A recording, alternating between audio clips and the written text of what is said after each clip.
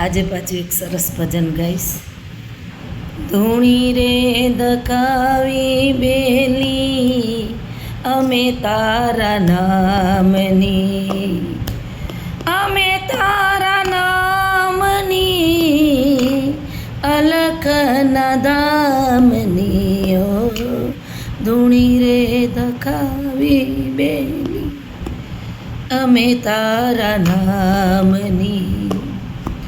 ભૂલો રે પડ્યો હંસો આંગણે ઉડીને આવ્યો, તન મનથી તર ચોડાયો, માર્ગે માર્ગ અટવાયો. ગામના પડે રે ને ઠાકોર ધામનીઓ. ધૂણી રે ધૂણી રે ધૂણી રે ધૂણી રે દકાવી બેલી અમે તારા નામની. ઘણા લોકો સંસારથી ત્રાસી જાય ને ધૂણી ધકાઈ દે ને મંદિર બનાવીને બાવા બનીને બેસી જાય. સાચા સંતો સંસારી છે.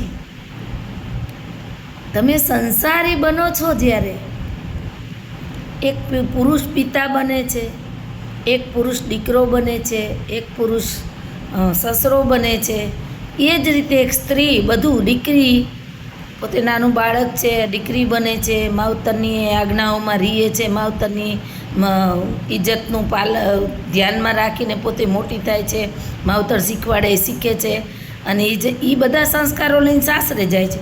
સાસરું ગમે તેવું હોય, વર ગમે તેવો હોય, તો એ બધી માવતરની આજ્ઞાઓની, માવતરની આબરૂ માટે પાલન કરી રહે છે. પછી પત્ની બને છે સારી, એના પછી મા બને છે. મા બન્યા પછી સ્ત્રીનું જીવન આખું બદલાઈ જાય છે.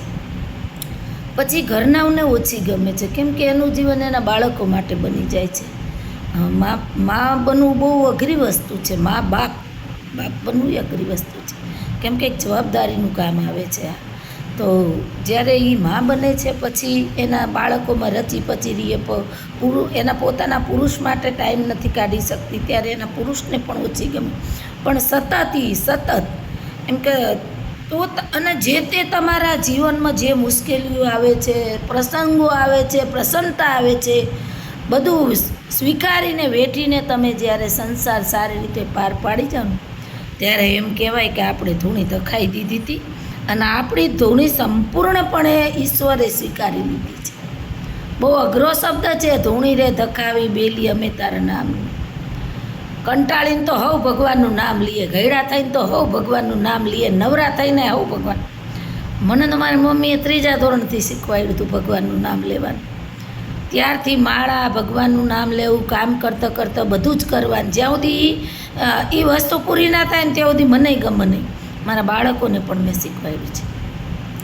તો માણસ જ્યારે ભૂલો રે પડ્યો હંસો આંગણે ઉડીને આવ્યો, ક્યાંક ભૂલો પડી ગયો ને હંસલો એટલે આંગણે ઉડીને આવ્યો ને ત્યાંથી એ પાછો તર છોડાયો, માર્ગ અટવાયો ને પછી ધૂણી ધકાઈને બેસી ગયો. નકામું છે. તમે જ્યાં છો ત્યાં વફાદાર રહ્યો, અને એ જો ધૂણી ધકાવો ને તો એ ભગવાનને મંજૂર છે.